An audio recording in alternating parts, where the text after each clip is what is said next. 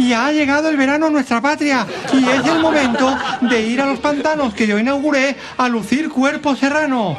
Pero, ¿qué pasa con esos kilos de más que arruinan nuestra figura racial y española?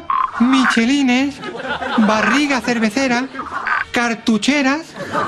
Si estás harta de la dieta de la alcachofa, de la dieta del pomelo y demás mariconadas comunistas, pásate a la dieta con más de 40 años de experiencia, el régimen de Franco. El régimen de Franco solo requiere disciplina y mano dura. Y lo más importante, sin hacer ejercicio. Olvídate del footing, olvídate del stepping, olvídate de la batucada. Con el régimen de Franco solo tienes que mover la falange. Y es muy sencillo de cumplir porque se basa en una sola idea. Prohibido. Prohibido comer carne en Semana Santa. Prohibido el chocolate, prohibido el sexo, prohibido hablar catalán. Y con resultados garantizados. Observen a este obeso rapaz. Así terminó después de 20 años y un día bajo mi régimen.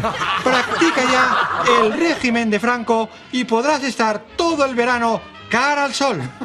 El régimen de Franco, para tener mejor facha.